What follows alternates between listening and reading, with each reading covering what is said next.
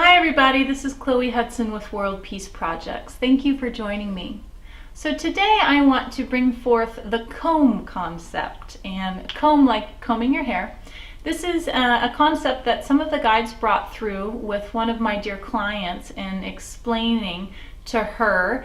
I believe it came up in regard to manifestation. So I'm going to bring this concept forth on the premise that we utilize it to manifest and visualize, though you can use it for many different things because it's just an application to overlay on top of your perspective or how you see your understanding about us as a soul.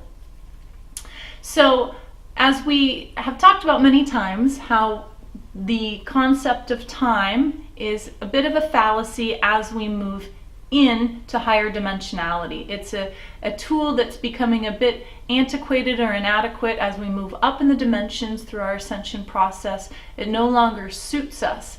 And we're also having the experience for many people that time is dissolving, and it's not only letting go of the mental concept of time, it's also pushing us into a place to let go of the need to do in general.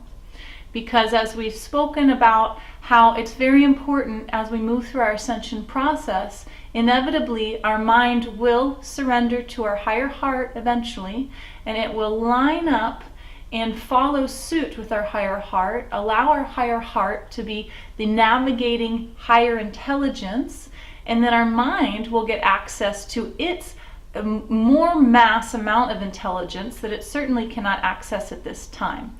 And when I talk about it can't access at this time, we'll think about how much brain power they say is inaccessible to our conscious capacity. Well, in my perspective, as we move into a space where our mind moves into servant mode, in alignment with our higher heart will show our mind how to access all of that unused capacity, if you will, and open up to the heart knowing and the higher intelligence, and that version of experience.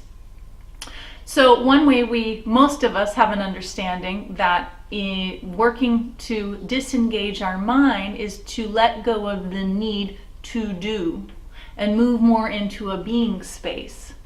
So as time begins to dissolve and we are more comfortable day in and day out letting go of the concept of time and having kind of a control around it, we have to shed our to-dos because there's simply not enough time anymore to do all of the things you used to do, which moves us lovingly, hopefully, into a space of simply being and accepting that things are changing and moving forth.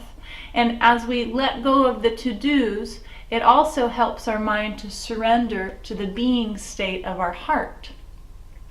So this concept, the comb concept, I believe, if I can remember correctly, which I forget most of the sessions, this came up for a client in regard to helping her move into a more efficient way of manifesting.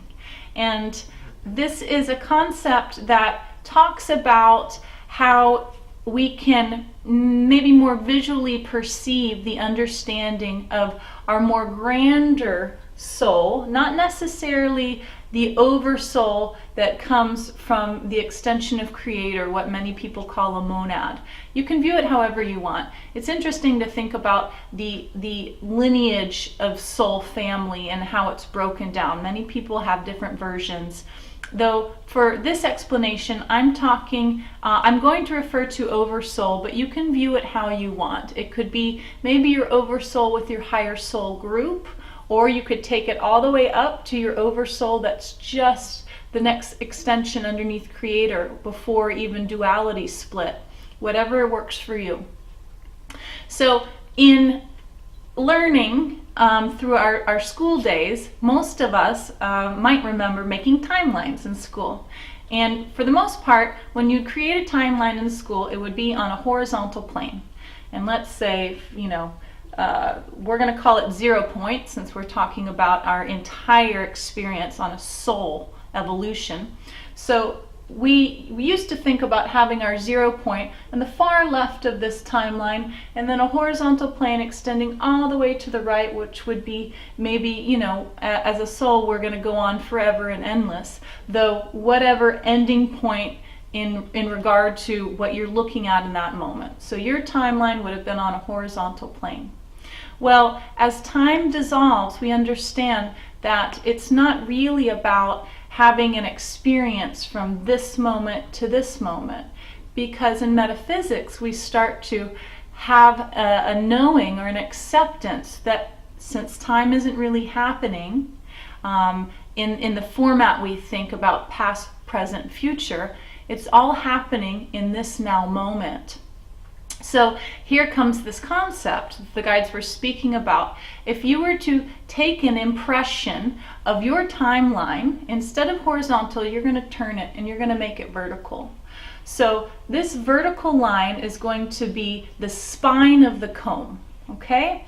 And just imagining, now of course we're not moving linear through space and time. Our oversoul, our astral body, has the ability to tap in and go any direction it wants, multidimensional.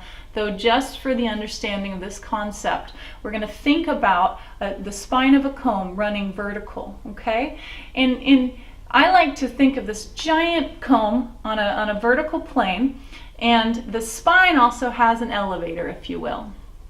So our astral body or our oversoul or our soul or our higher self, however you want to view it in regard to what works for you in utilizing this concept, is on this elevator, moving up and down the spine of the comb in all now moments.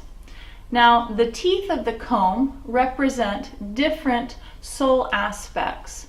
So different lifetimes that we've had, whether it be human, whether it be Pleiadian, whether it be angelic, whatever you want to view it as. But we have these you know, however many lifetimes you're wanting to tap into as the teeth of the comb running on a horizontal. And many of these lifetimes, like as we know this human lifetime, taps into the illusion of time. So it makes sense in a way to have it on a horizontal plane, because once you access that timeline, that tooth of the comb, you've entered back in to the lower dimensionality where the imposition or the matrix of time is on an overlay with that experience. So in regard to manifestation, our higher self or our astral body or our oversoul is navigating up and down the spine of the comb. And at any now moment, it can choose to pick one of the teeth and tap in and check in with that lifetime, see what's going on, move into that experience in the now moment, in real time. So as a human, and you're utilizing your manifestation visualization space, and you're saying to yourself, for example, I want to manifest a brand new car. And let's say that thought isn't very believable for you. So in comes the doubt, and then, oh dear, I'm trying to manifest. How do I do this in a way that it feels like I already have it? Because I know I'm supposed to put that energy out of already having it and be happy that it's in my life, but I have doubt about having a car. Where am I going to get the money? Blah, blah, blah. Well, if you go back to the concept of the comb, your oversoul, your higher self, your soul, whatever you want to think of it, has had infinite lifetimes and experiences that you can tap into via this spine of the comb, via that elevator, in any now moment. So just because you, human, have not had the experience of trusting and knowing that you have a brand new car in this now moment, guarantee one of these lifetimes, one of these soul aspects absolutely has had that experience, is having it right now. So take a visualization, take an astral projection, take a meditation, and journey, after you do your grounding and your anchoring, of course, with your grounding cords, journey your astral body and tapping in with your higher self or your oversoul or your soul, however you want to view it, and say, hey, I want to go to an experience, a lifetime, where in this now moment, I am living the reality, my soul is living the reality of having a brand new car. So you take a journey, and then your elevator stops, and then you get on board on this horizontal plane of this soul aspect. And you go check them out, and you show up, and you're doing this in visualization. But you can use your imagination for those of you that it's hard to wrap your mind around the concept of actually astral projecting and going and talking to this person. Just imagine. Maybe it's not a person, it's just a soul aspect. It could be a whole different type of being. Though anyway, you interject yourself into their timeline, and you can go and you say, hey, I'm Chloe, I'm human from Earth 2017. I'm really working on manifesting a brand new car right now. And I came because I know that you have a brand new car, and I really want to absorb your frequency and embody it and take it home with me so I can have the same experience, or my version of the same experience that you're having right now. And they'll say, oh yeah, come on, let's take a ride. Hop in my brand new car. Come check it out. This is how I feel. This is how I got it. This is how it was gifted to me, or how much I paid for it. You want to drive? Try it out. Let's go to the dealership, or however it happens in that lifetime with that soul aspect. So for you as a human, it's very plausible that you don't have that experience in your knowing body. Maybe if you did, you wouldn't need to manifest it anyhow, though you have had that experience via other soul aspects. And because your soul has had virtually almost all experiences that you could fathom, or some parts of other souls even in this universe have had that experience, you are welcome to tap in to that experience through that soul aspect in this now moment via the lifetime, or the frequency, or the dimension that they're experiencing that in. And you can absorb that frequency and bring it back home with you. And anytime you need to shift your frequency, but you just can't do it, tap in and go take a journey on the spine of the comb and find the soul aspect that is absolutely embodying and living out the vibration or the frequency that you're desiring in this now moment, and go fill up in it and thank them so much, and then come back and bring it back and implant it into your physical life. And just own that frequency and take your memory and say, oh, that's what it felt like. Here you go. I'm going to visualize as me owning their frequency as a human.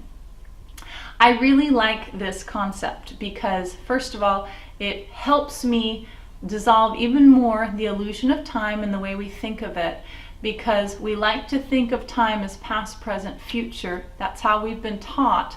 But in all now moments, you can interject into any moment of time and space via astral projection if you have had the training or practiced enough.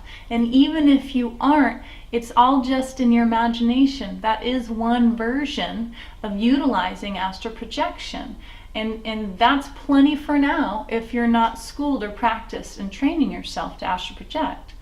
Now, a couple notes on astral projection. Please always utilize your grounding cords before and after you astral project, because if we haven't talked about astral projection, or this is a new concept to you, just like in dream time, it is your astral body leaving your physical body and taking a voyage, and then coming back and returning and sitting back inside your physical body.